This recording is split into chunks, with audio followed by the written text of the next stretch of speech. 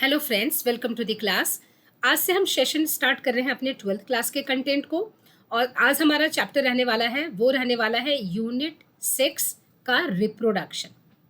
तो ये है यूनिट 6 का रिप्रोडक्शन और इस पर्टिकुलर यूनिट में 4 चैप्टर्स हैं।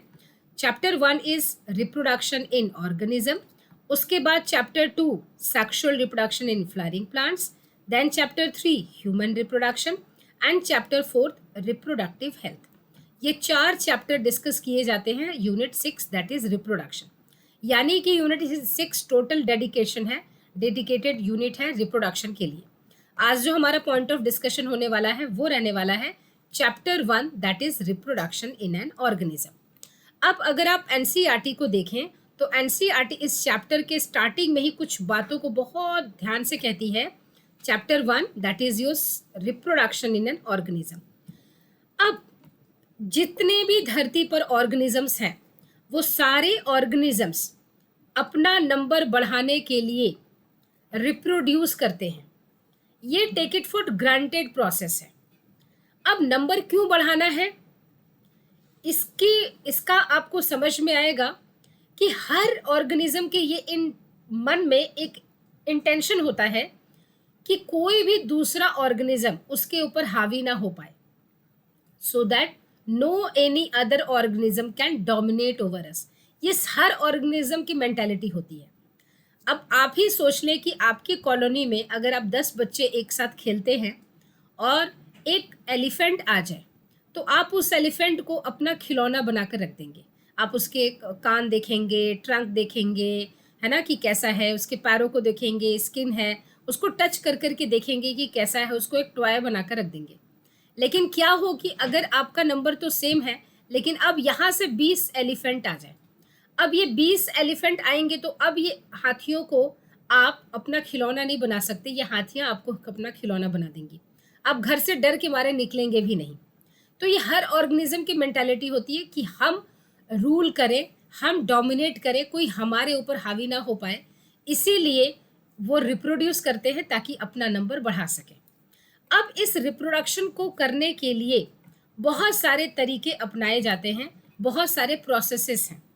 अब ये जो प्रोसेसेस है रिप्रोडक्शन के लिए, तो एनसीईआरटी साफ साफ कहती है कि ये जो रिप्रोडक्शन है ऑर्गेनिज्म का जिससे वो अपना नंबर बढ़ाते हैं, ये डिपेंड करता है, हर ऑर्गेनिज्म एक जैसा ही रिप्रोड्यूस नहीं करता। रिप्रोडक्शन डिपेंड करता है बहुत सारे फैक्टर्स के ऊपर। तो अगर हम रिप्रोडक्शन की बात करें, reproduction in an organism, reproduction in an organism की, ठीक है। तो रिप्रोडक्शन इन एन ऑर्गेनिज्म में ये डिपेंड करेगा कि उनका हैबिटेट क्या है, वो किस हैबिटेट में रहते हैं। ये डिपेंड करेगा उनकी इंटरनल बॉडी की फिजियोलॉजिकल प्रोसेसेस पर। तो उनके बॉडी की फिजियोलॉजिकल प्रोसेस पर डिपेंड करेगा, बॉडी फिजियोलॉजिकल प्रोसेसेस पर, इस पर डिपेंड करेगा कि उनका मोड ऑफ रिप्रोडक्शन क्या रहने वाला है। अच्छा, अब अगर किसी भी ऑर्गेनिज्म की अगर हम बात करें, कोई भी अगर एक ऑर्गेनिज्म है, ठीक है, तो अगर कोई भी एक ऑर्गेनिज्म अगर रहेगा तो हर ऑर्गेनिज्म जिस वक्त बर्थ होता है उसका, यानी कि एक वक्त ऐसा आएगा जब उसका जन्म हुआ है, यानी कि उस ऑर्गेनिज्म का बर्थ हुआ है, वो ऑर्गेनिज्म पैदा हुआ है, उस वक्त से लेकर और उसके नेचुरल डेथ तक, ध्यान रहे कोई एक्सीडेंटल डेथ नहीं, कोई डिजीज से डेथ नहीं, बल्कि नेचुरल डेथ। तो जब उसकी नेचुरल डेथ हुई, इस दोनों टाइम के बीच का ये जो इंटरवल है, इस इंटरवल को हम कहते हैं लाइफ स्पैन। इसको हम क्या कहते हैं? Life span. तो सबसे पहले एनसीईआरटी समझाती है लाइफ स्पैन को कि लाइफ स्पैन होता क्या है। यहाँ देखिए, यहाँ पर एनसीईआरटी कहती है कि each and every organism can live only for a certain period of time. इस धरती पर कोई भी अमर होकर नहीं आया है, हर ऑर्गेनिज्म एक दिन आया है तो उसे इस धरती को छोड़कर जाना पड़ेगा। एक सर्टेन पीरियड के लिए ही वो इस धरती पर रहता है। The period from birth to natural death of an organism is called as life span. तो लाइफ स्पैन क्या कहा? लाइफ स्पैन इसने बोला कि बर्थ से लेकर नेचुरल डेथ के बीच का जो इंटरवल है, वो जितना भी इंटरवल होगा वो लाइफ स्पैन होगा ऑफ अ ऑर्गेनिज्म। अब ये जो लाइफ स्पैन है ये वैरी करती है organism to organism, it varies. तो अब यहाँ पर एनसीईआरटी की एग्जाम्पल लेती है आपको समझाने के लिए कि यहाँ से आप ये दिमाग में बिल्कुल ना रखें कि जैसे मान लीजिए एक बर्ड है क्रो, जिसे आप कौवा कहते हैं, क्रो है, और अगर हम एग्जाम्पल ले लें पैरट का, तोते का, पैरट का, तो यहाँ पर एनसीईआरटी कहती है कि अगर देखें तो जो क्रो है और ये जो पैरट है, लगभग दोनों की साइज जो है, इन दोनों ही क्या है, दोनों ही बर्ड्स हैं, दोनों की साइज क्या है, ऑलमोस्ट सेम है। साइज क्या है, ऑलमोस्ट सेम है, लेकिन इन दोनों का लाइफ स्पैन डिफरेंट होगा। इन दोनों का लाइफ स्पैन क्या होगा, वो डिफरेंट होगा।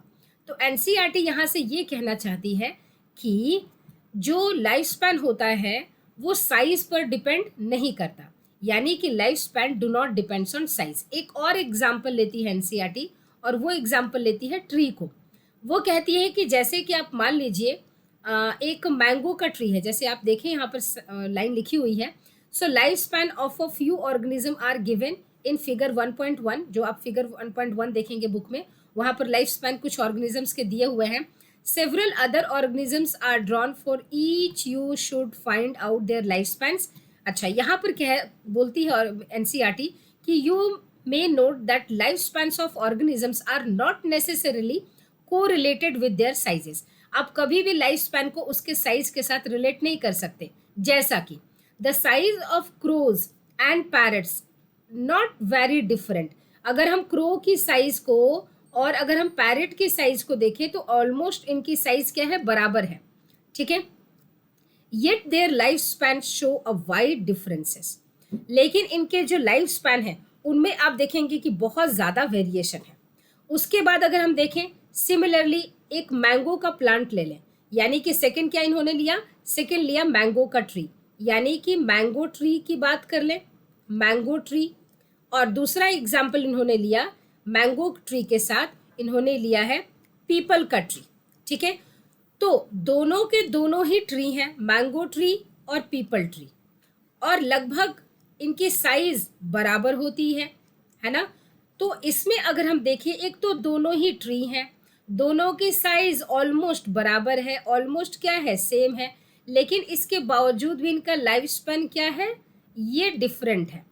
तो इससे एनसीईआरटी बार बार ये कहना चाहती है कि लाइफ स्पैन किसी ऑर्गेनिज्म का कितना होगा ये उसके साइज पर डिपेंड नहीं करता। ये दोनों ही अलग अलग चीज़ें हैं, कोई रिलेशन नहीं है साइज से और लाइफ स्पैन से, क्योंकि यहाँ पर वो एग्जाम्पल भी एक आपके पास प्रैक्टिकल एग्जाम्पल दे रही है, ठीक है। तो अगर क्वेश्चन आता है कि क्या लाइफ स्पैन साइज पर डिपेंड करता है, कि छोटे ऑर्गेनिज्म होंगे तो कम, ज़्यादा बड़े ऑर्गेनिज्म होंगे तो ज़्यादा, आंसर इज नो। क्योंकि यहाँ पर तो हमने बराबर का ले लिया कि दोनों ही बराबर है, बट लाइफ स्पैन तो बहुत डिफरेंट है। अगर हम क्रो की बात करें तो क्रो की लाइफ स्पैन पैरट से बहुत कम है। मैंगो ट्री और पीपल ट्री की बात करें तो मैंगो ट्री का लाइफ स्पैन पीपल ट्री से बहुत कम है, ठीक है। तो साइज पर डिपेंड नहीं करता। What ever be the life span, death of every individual organism is certainty. चाहे लाइफ स्पैन कितना ही क्यों ना हो जाए, 150 साल, 200 साल, 1000 साल क्यों ना हो जाए, लेकिन हर ऑर्गेनिज्म का मरना तय है, क्योंकि इस धरती पर कोई भी ऑर्गेनिज्म इमॉर्टल होकर नहीं आया है।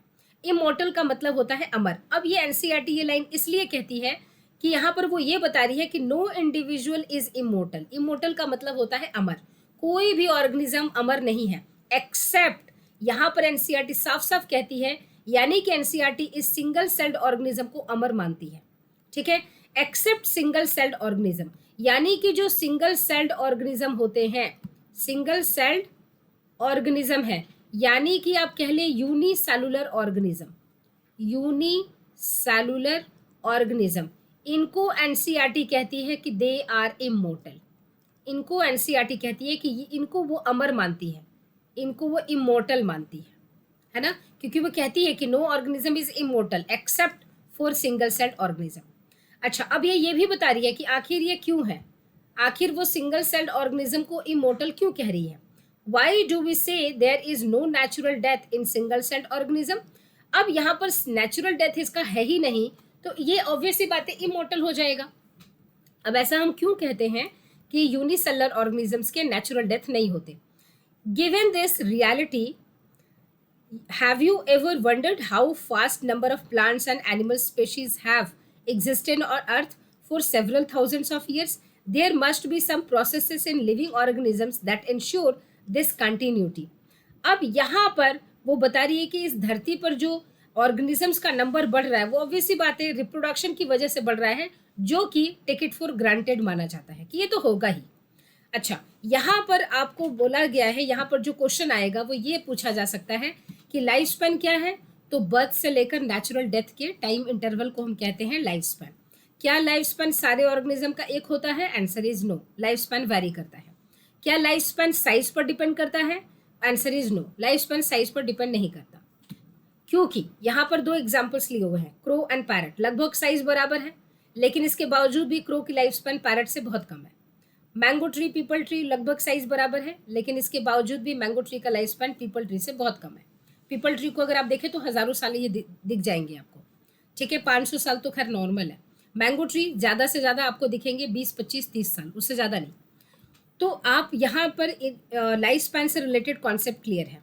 अब यहाँ पर एनसीईआरटी कहती है कि कोई भी ऑर्गेनिज्म धरती पर आया है तो उसका मरना तय है। अब यहीं पर वो कहती है कि यानी कि कोई भी ऑर्गेनिज्म इमोर्टल नहीं है, यानी कि कोई भी ऑर्गेनिज्म इमोर्टल नहीं है except for unicellular organism. Unicellular को ऑर्गेनिज्म को वो कहती है कि वो इमोर्टल है, क्योंकि यूनिसेलर ऑर्गेनिज्म का नेचुरल डेथ नहीं होता। क्या उन्होंने बोला है एनसीईआरटी ने? Unicellular organism is immortal. Why? Because unicellular organism का नेचुरल डेथ नहीं होता, नेचुरल डेथ नहीं होता इसलिए। और नेचुरल डेथ नहीं होता तो हम इसे अमर मानेंगे। अब हम बात करते हैं यहाँ पर कि कोई भी एक ऑर्गेनिज्म है, ठीक है, कोई भी एक ऑर्गेनिज्म है तो उसका कभी बर्थ हुआ होगा, ठीक है।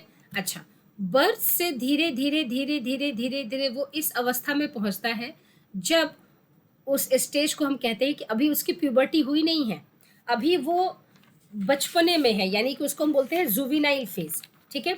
तो उसको हम बोलते हैं कि जुवेनाइल फेज में ये पहुंचा है, ठीक है। तो पैदा हुआ, पैदा होने के बाद वो जुवेनाइल फेज, ठीक है, जिसको हम चाइल्डहुड स्टेज कहते हैं। तो इसमें वो किस स्टेज में पहुंचा है जिसे हम कहते हैं जुवेनाइल फेज, ठीक, जुवेनाइल फेज या जुवेनाइल स्टेज, ये आप समझ सकते हैं चाइल्डहुड स्टेज। अच्छा, उसके बाद धीरे धीरे धीरे धीरे ये ऑर्गेनिज्म क्या होगा? प्यूबर्टी में इंटर करेगा, यानी कि अब ये रिप्रोडक्टिव फेज में इंटर कर गया, रिप्रोडक्टिव स्टेज में ये इंटर कर चुका, ठीक है। रिप्रोडक्टिव स्टेज में ये रिप्रोडक्शन करने के बाद ये इसकी धीरे धीरे एजिंग होगी, है ना, इसकी धीरे धीरे क्या होगी? एजिंग होगी। जब ये पोस्ट रिप्रोडक्टिव स्टेज में पहुंचेगा तो धीरे धीरे एजिंग होगी, और प्लांट की केस में हम यूज करते हैं सीनेसेंस। और एक वक्त आएगा जब इसका डेथ हो जाएगा, एक वक्त आएगा जब इस ऑर्गेनिज्म का क्या होगा? डेथ होगा। यानी कि इस लाइफ स्पैन के बीच में इसके कुछ इसके पड़ाव आए हैं, जिसमें इसकी बॉडी के अंदर चेंजेस आए हैं, जिसमें कि ये जुवेनाइल स्टेज में आया, जिसमें आपने बोला चाइल्डहुड स्टेज, उसके बाद ये रिप्रोडक्टिव स्टेज में जाएगा, फिर पोस्ट रिप्रोडक्टिव स्टेज में जाएगा, और फाइनली उस ऑर्गेनिज्म की डेथ हो जाएगी, यानी कि उसका लाइफ साइकिल कंप्लीट। अब यहाँ पर हमें जो पढ़ाई करनी है इस चैप्टर के अंदर, वो हम किस पर फोकस कर रहे हैं? बर्थ के ऊपर? बिल्कुल नहीं। जुवेनाइल स्टेज के ऊपर भी नहीं, हम एजिंग को भी नहीं पढ़ेंगे, हम डेथ को भी नहीं पढ़ेंगे, हम यहाँ पढ़ेंगे रिप्रोडक्टिव स्टेजेस को, यानी कि हम इस फेज को पढ़ने वाले हैं। यानी कि इस चैप्टर में हम देखेंगे कि रिप्रोडक्टिव स्टेजेस में यानी कि वो रिप्रोडक्शन कैसे कैसे करेगा, ठीक है।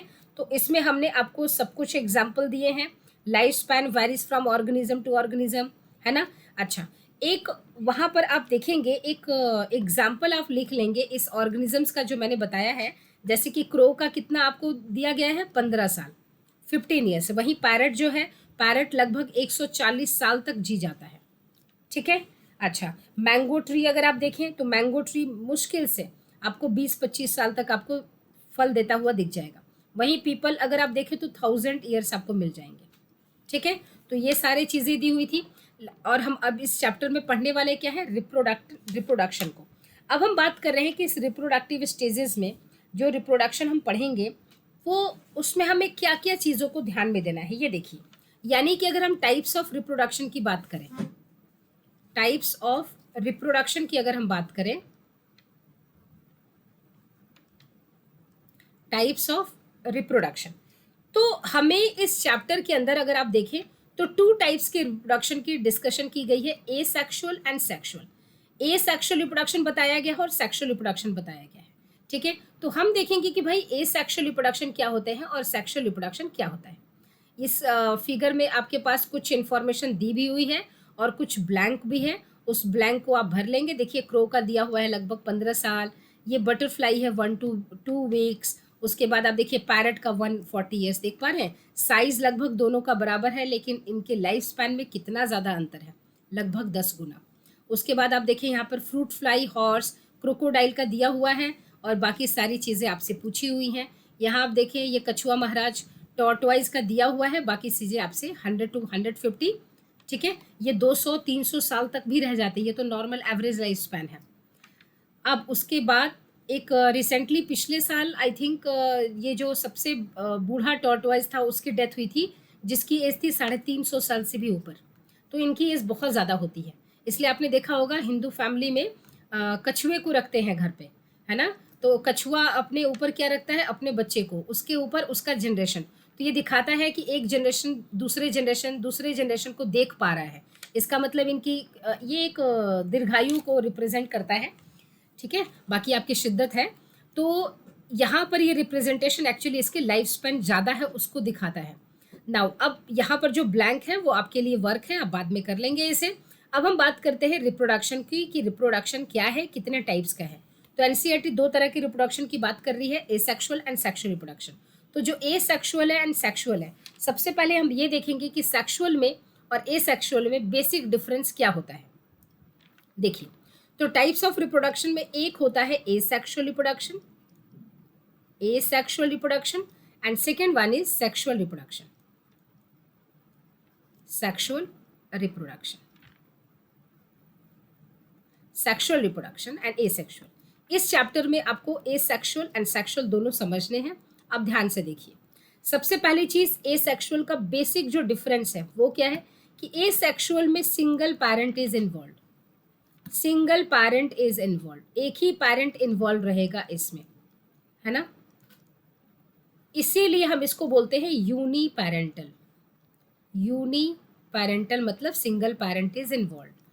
सेक्सुअल रिप्रोडक्शन में both the parents are involved,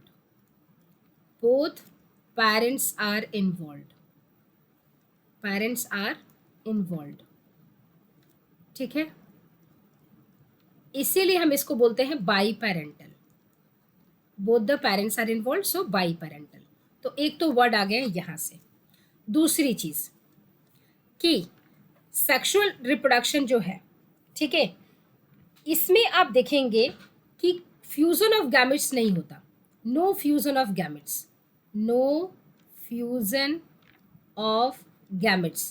gametes बन भी सकते हैं, नहीं भी बनेंगे, लेकिन उनका फ्यूजन नहीं होगा, ठीक है। अगर आप सेक्सुअल रिप्रोडक्शन की बात करें, इस सेक्सुअल रिप्रोडक्शन की, तो सेक्सुअल रिप्रोडक्शन में fusion of gametes takes place, fusion of gametes होते हैं, यानी कि फर्टिलाइजेशन की प्रोसेस होती है, जाइगोट फॉर्मेशन होगा। अच्छा, अगर हम एसेक्सुअल के नेक्स्ट पॉइंट की बात करें, तो यहाँ पर चूंकि सिंगल पेरेंट इन्वॉल्व होते हैं, इसीलिए जो ऑफस्प्रिंग्स बनेंगे वो क्लोन, हम बोलते हैं कि क्लोन फॉर्मेशन टेक्स प्लेस। तो क्लोन का कॉन्सेप्ट आप एसेक्सुअल में लेंगे, सेक्सुअल रिप्रोडक्शन में तो वो रिकॉम्बिनेंट्स बन जाएंगे, क्लोन नहीं बनेगा। तो क्लोन फॉर्मेशन टेक्स प्लेस। अब क्लोन को अगर हम डिफाइन करें कि क्लोन क्या होते हैं, तो क्लोन को डिफाइन करने के लिए ये जो क्लोन्स होते हैं, यानी कि जो ऑफस्प्रिंग्स बनेंगे वो जेनेटिकली एंड मॉर्फोलॉजिकली, देखने में भी मॉर्फोलॉजिकली आइडेंटिकल होते हैं। तो जेनेटिकली एंड मॉर्फोलॉजिकली आइडेंटिकल होंगे, उनको हम बोलते हैं क्लोन, ठीक है। यहाँ पर कोई भी क्लोन फॉर्मेशन नहीं होता, यहाँ पर वेरिएंट्स बनते हैं, वेरिएंट्स आर फॉर्म्ड, वेरिएंट्स जिसको आप बोलते हैं recombinants are formed, recombinants are formed, ठीक है, क्योंकि वो दो पेरेंट्स आर इन्वॉल्व इसलिए। अच्छा, उसके बाद अगर हम देखें एसेक्सुअल में अगर हम चलते हैं तो एसेक्सुअल में एक बहुत बच्चों की एक धारणा होती है, वो ये समझते हैं कि यहाँ गैमेट फॉर्मेशन नहीं होता।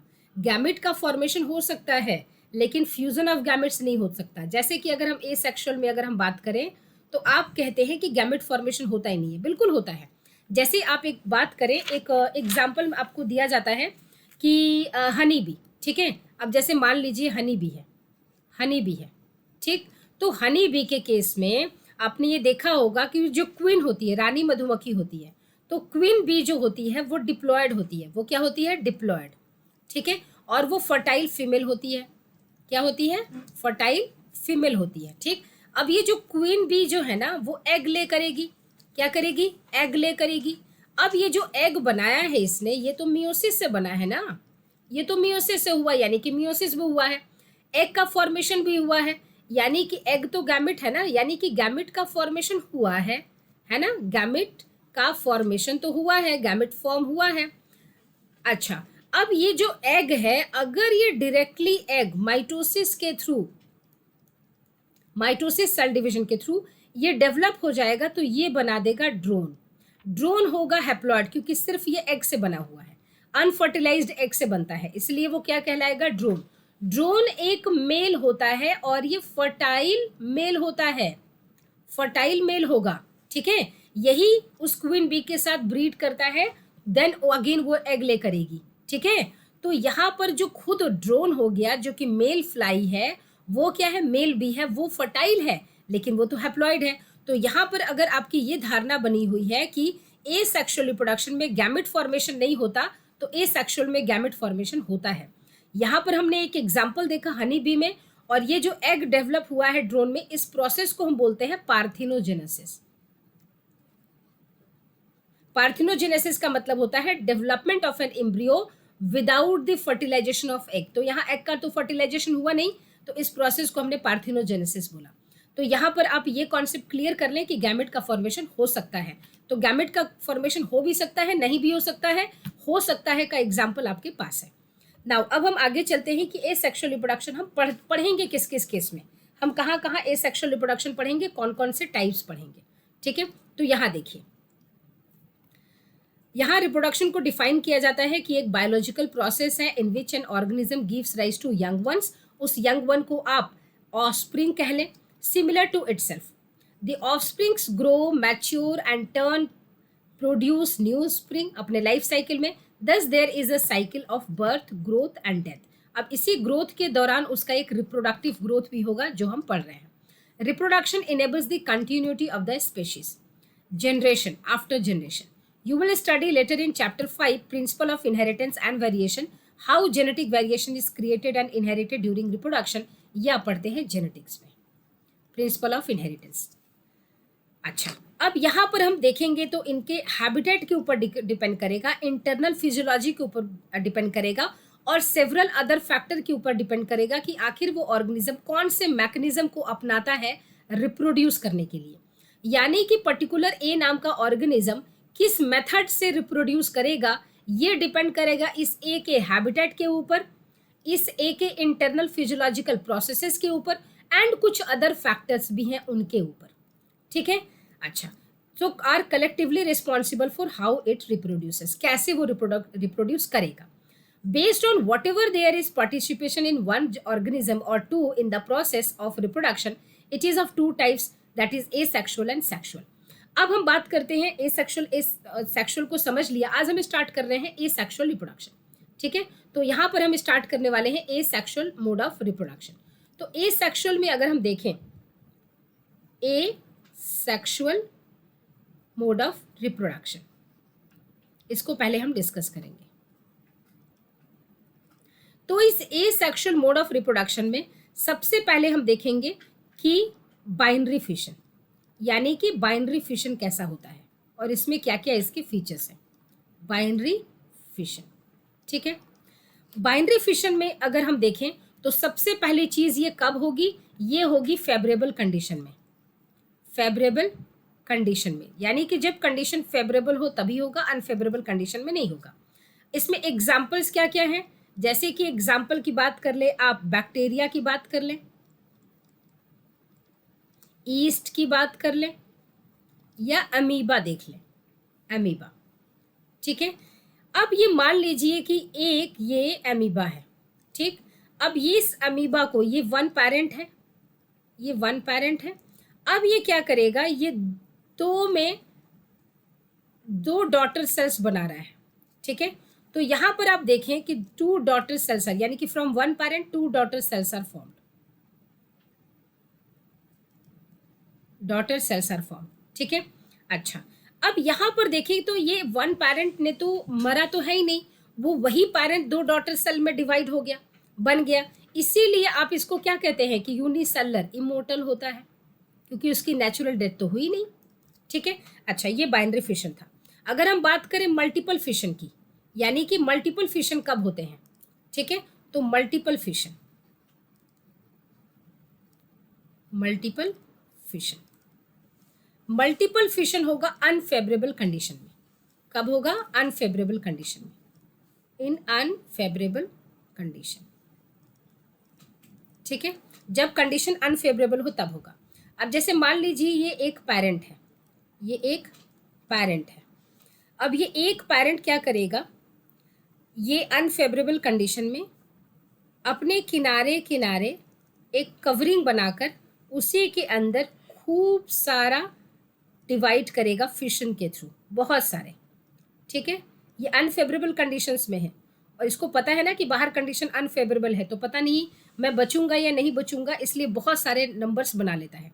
और जब फेवरेबल कंडीशन आएगा, on the arrival of favourable condition, ये क्या करेगा, इसका आउटर कवरिंग रप्चर करेगा, आउटर कवरिंग रप्चर करेगा। और जैसे ही आउटर कवरिंग रप्चर करेगा, बहुत सारे अंदर से जो इसने डॉटर सेल्स बनाए हैं वो सारे के सारे क्या होंगे, रिलीज हो जाएंगे। तो it releases many daughter cells, many daughter cells are formed. तो एक पेरेंट से बहुत सारे डॉटर सेल्स बने हैं, ये कब बना है, मल्टीपल फिशन में, ठीक है। अच्छा, अगर एक एग्जाम्पल की बात करेंगे तो यहाँ पर आप एक एग्जाम्पल लिख सकते हैं, प्लाज्मोडियम वाइवेक्स,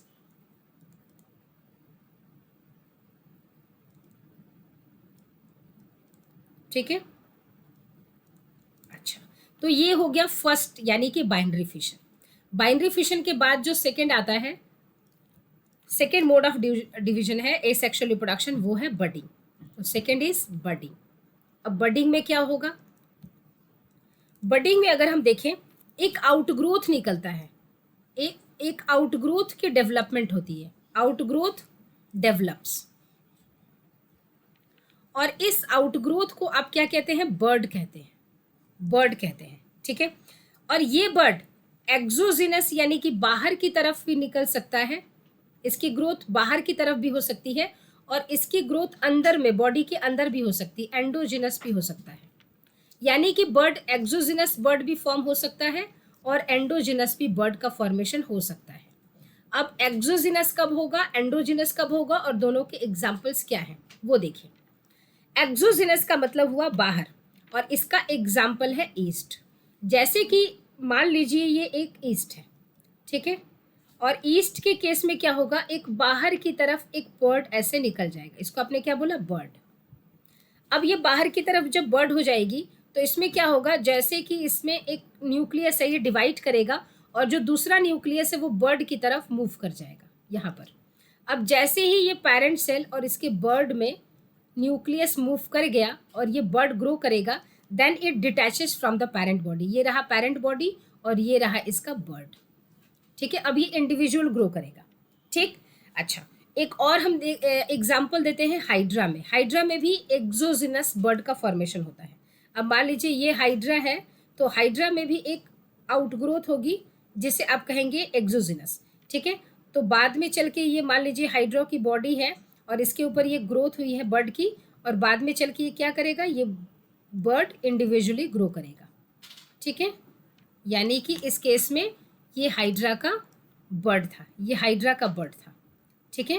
अच्छा, उसके बाद ये रहा एक्सोजिनस। एंडोजिनस की बात करते हैं। तो एंडोजिनस में जो एग्जाम्पल्स है, यानी कि इसके एग्जाम्पल क्या हो गए, ईस्ट, एक्सोजिनस में एंड हाइड्रा। एंडोजिनस यानी कि बॉडी के अंदर, इसका एग्जाम्पल बहुत इंपॉर्टेंट है और ये है स्पॉन्जिला। स्पॉन्जिला, और स्पॉन्जिला कौन सा, ओनली फ्रेश वाटर, याद रहे, मैराइन वाटर नहीं, ओनली फ्रेश वाटर। ये एग्जाम में क्वेश्चन पूछा जाता है, ओनली फ्रेश वाटर स्पॉन्जेज।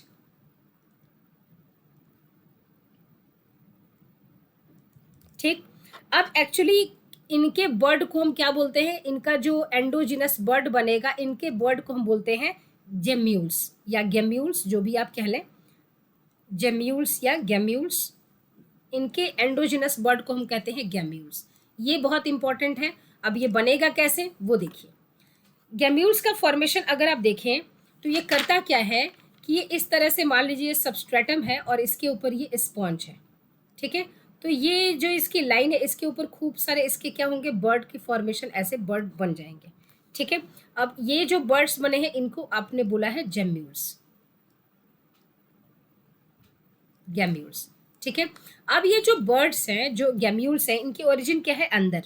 तो ये अंदर की तरफ ही क्या करेंगे, ये धीरे धीरे धीरे धीरे ग्रो करेंगे, बड़े होंगे, और फिर ये माउथ के थ्रू ये क्या करेंगे, निकल जाएंगे। यानी कि जो ये सबस्ट्रेटम से ये लगे हुए हैं स्पॉन्जेस, ये पैरेंट लगे हुए हैं, ये इन पैरेंट की बॉडी है, और ये लाइन है जहाँ पर ये जेम्यूल्स यानी कि ये बर्ड बने हुए हैं। अब ये धीरे धीरे क्या होंगे, जब ये बड़े हो जाएंगे, मैच्योर हो जाएंगे, तो ये धीरे धीरे रप्चर करके क्या करेंगे, माउथ के थ्रू बाहर निकल जाएंगे, ठीक है। When these gemmules buds develop, they are release from the parent body, ठीक है। और पैरेंट बॉडी से निकल के अगेन एक सबस्ट्रेटम के साथ अटैच हो जाएंगे और फिर ग्रो करने लगेंगे, ठीक है, and as an new individual. अच्छा, अब बात करते हैं कि अगर हम इस जेम्यूल को बहुत ध्यान से देखें, इस गैम्यूल्स को अगर हम बहुत ध्यान से देखें तो हमें कैसा स्ट्रक्चर नज़र आएगा।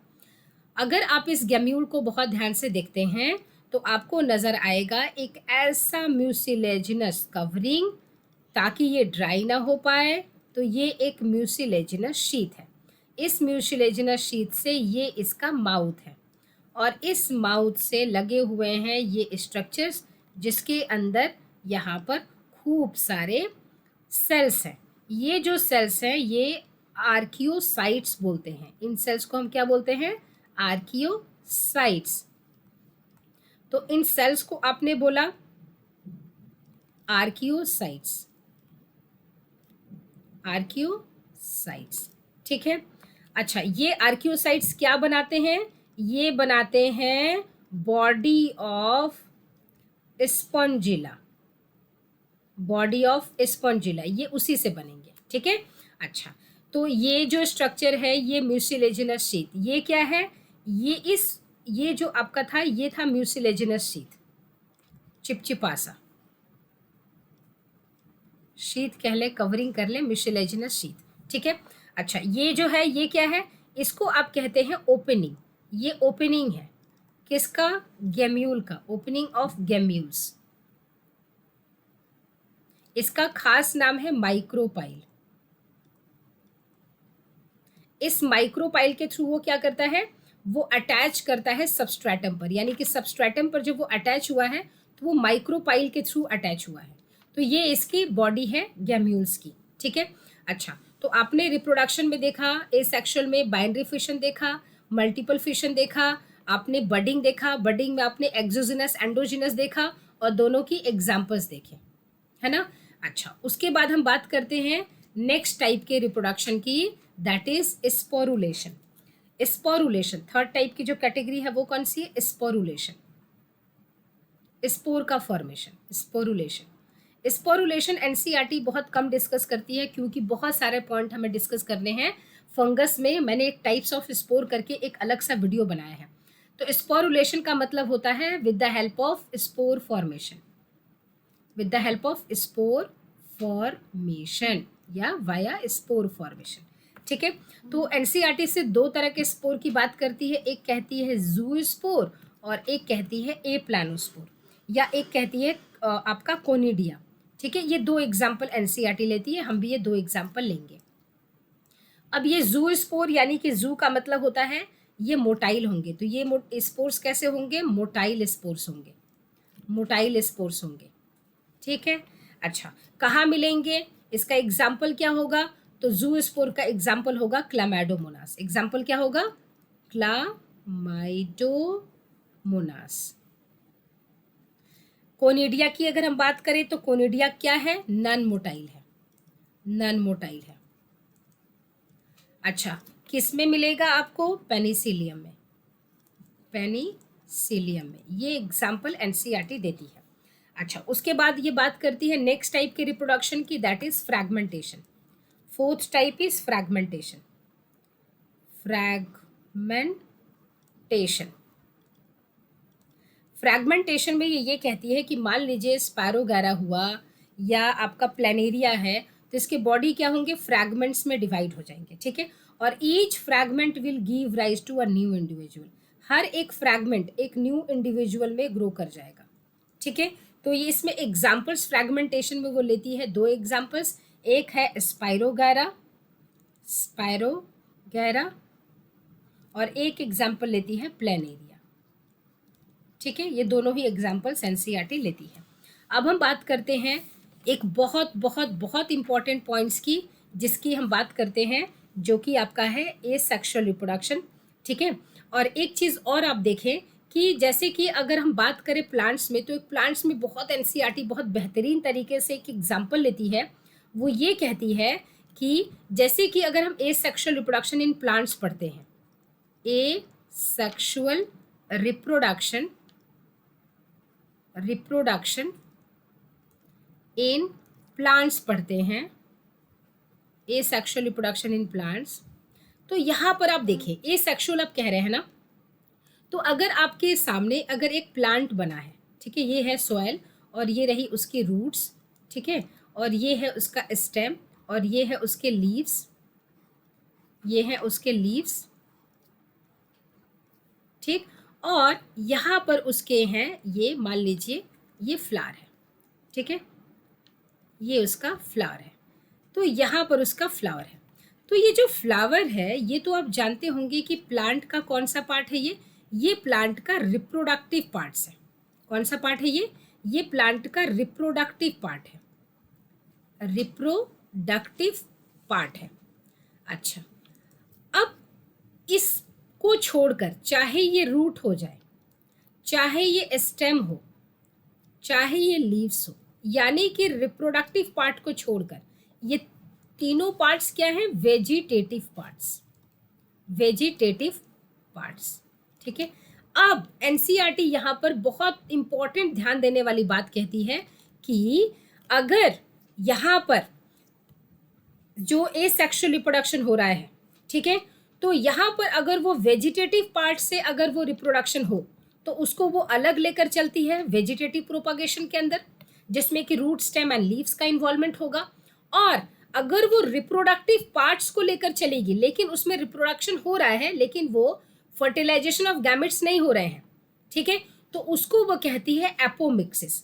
ठीक, तो अभी हम बात जो करेंगे वो हम करेंगे, यानी कि अगर वो इसमें से फ्लावर के पार्ट को तो लेगी लेकिन इसमें वो फर्टिलाइजेशन नहीं करवाएगी, तो उसको वो कहती है एपोमिक्सिस। यानी कि एपोमिक्सिस एक ऐसा एसेक्सुअल रिप्रोडक्शन है इन प्लांट्स जिसको वो कहती है कि बाई ए गैमोस्पर्मी, है ना, यानी कि एम्ब्रियो का फॉर्मेशन होगा लेकिन फर्टिलाइजेशन नहीं होगी। तो भाई एम्ब्रियो का फॉर्मेशन होगा बिना फर्टिलाइजेशन ऑफ ओव्यूल, यानी कि फ्लावर का तो हम डिस्कशन करेंगे, तो आप रिप्रोडक्टिव पार्ट तो लोगे लेकिन यहाँ आप सेक्सुअल रिप्रोडक्शन नहीं करवाओगे, तो उसको हम पढ़ेंगे एक अलग टॉपिक में, और वेजिटेटिव प्रोपागेशन पढ़ेंगे अलग टॉपिक में। तो कहने का मतलब ये हुआ कि अगर एसेक्सुअल रिप्रोडक्शन इन प्लांट्स की अगर हम बात करें तो एसेक्सुअल रिप्रोडक्शन इन प्लांट्स में आपको दो प्रोसेसेस पढ़ने हैं, एसेक्सुअल रिप्रोडक्शन इन प्लांट्स, इसके लिए आपको दो प्रोसेसेस पढ़ने हैं। कितने प्रोसेस? दो प्रोसेस पढ़ने हैं। ठीक, एक प्रोसेस कौन सा है? एक प्रोसेस है जिसको आप कहेंगे एपोमिक्सिस। अब ये क्या है? और दूसरा प्रोसेस है जिसको आप कहेंगे वेजिटेटिव प्रोपागेशन, वेजिटेटिव प्रोपागेशन। यानी कि इसमें हम रूट स्टेम लीफ का कॉन्सेप्ट लाएंगे, प्रोपागेशन। ठीक, अच्छा, अब एपो अभी जो हम डिस्कस करेंगे वो डिस्कस करेंगे एपोमिक्सिस को। ठीक है, अब एपोमिक्सिस को अगर हम डिफाइन करना चाहें तो ये क्या है? एपोमिक्सिस इज एसेक्सुअल रिप्रोडक्शन, क्योंकि एक पेरेंट इन्वॉल्व है, एसेक्सुअल रिप्रोडक्शन इन प्लांट्स। कहाँ होता है ये एपोमिक्सिस? प्लांट्स में, इन प्लांट्स। कैसे? By agamospermy, agamospermy. अब यहाँ पर दिक्कत होती है कि एगैमोस्पर्मी क्या है, ये बात समझ में नहीं आती। अब एगैमोस्पर्मी को हम समझाने के लिए आपको एक चीज़ समझाते हैं कि एगैमोस्पर्मी आप किसको समझेंगे। एगैमोस्पर्मी का सिंपल सा फंडा है कि यहाँ एम्ब्रियो का फॉर्मेशन होगा, यहाँ एम्ब्रियो जो है वो बनेगा, embryo formation will take place, embryo formation takes place, embryo का फॉर्मेशन होगा। ठीक है, लेकिन वो एम्ब्रियो बनेगा from an unfertilised ovule, unfertilised ovule. ठीक है, अब देखिए ये एम्ब्रियो फॉर्मेशन तो होगी लेकिन फ्रॉम एन अनफर्टिलाइज्ड ओव्यूल, तो आप इसको कहेंगे कि एगामोस्पर्मी है। अब एक्चुअली ये अनफर्टिलाइज्ड ओव्यूल ये किस पार्ट से बन रहा है? ये न्यूसेलस से बनेगा, इंटेगुमेंट से बनेगा, है ना, उसके मेगास्पोर मदर सेल से बनेगा, या एक मेगास्पोर से बनेगा, किससे बनेगा उस बात पर डिपेंड करेगा कि ये एगोस्मोस्पर्मी किस टाइप की है। ठीक है, तो ये हम बात करेंगे अपने कमिंग वीडियो में, जल्द ही आएगी वो वीडियो जहां हम स्टार्ट करेंगे एसेक्सुअल रिप्रोडक्शन इन प्लांट्स, और वहां पर हम स्टार्ट करेंगे एपोमिक्सिस को। ठीक है, तो मिलते हैं आपसे नेक्स्ट सेशन में जहां हम बात करेंगे एपोमिक्सिस को पूरा क्लियर डिफाइन करेंगे, और फिर हम जाएंगे वेजिटेटिव प्रोपागेशन में, तो हमारी पूरी asexual reproduction in plants complete हो जाएंगे। ठीक है, तो मिलते हैं आपसे नेक्स्ट सेशन में, तब तक take care and bye bye. और हाँ, जैसे कि आपने इस चैनल को अपना प्यार दिया है, ऐसे ही आप इसको लाइक करें, सब्सक्राइब करें, और कमेंट में ज़रूर बताएं अपनी स्पेशल रिक्वायरमेंट, अगर कोई बॉटनी से रिलेटेड, कोई बायो से रिलेटेड कोई चैप्टर्स हो जिसकी आप रिसेंट में बहुत एग्जाम देने वाले हो, उसमें इसकी ज़रूरत हो, तो आप प्लीज़ उसे बताएं, उसके लिए सेपरेट वीडियो बनाया जा सकता है। मिलते हैं आपसे नेक्स्ट क्लास में, तब तक take care and bye bye.